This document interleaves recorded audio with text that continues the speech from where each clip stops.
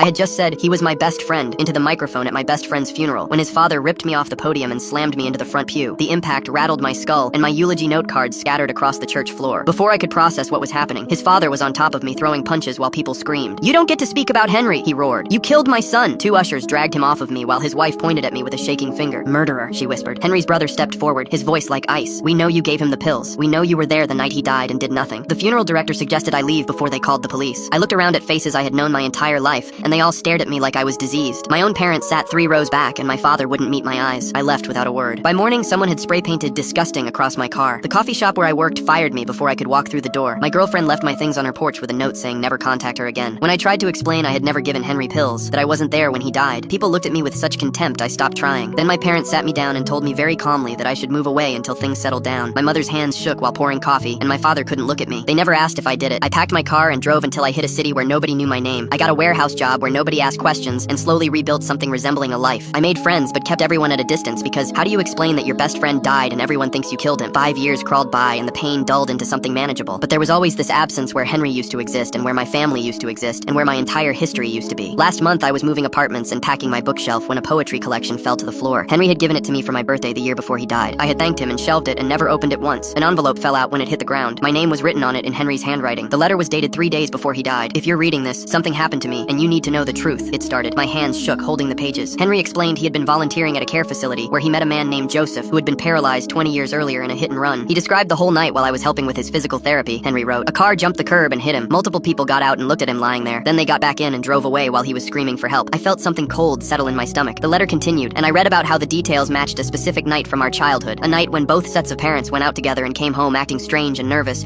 and told us never to talk about that evening again. "I confronted them," Henry wrote. "All 4 of them together. They admitted everything. My father had been driving and swerved onto the sidewalk. They all panicked seeing Joseph broken on the ground. Henry's parents convinced everyone to leave before police arrived because it would destroy their careers and family.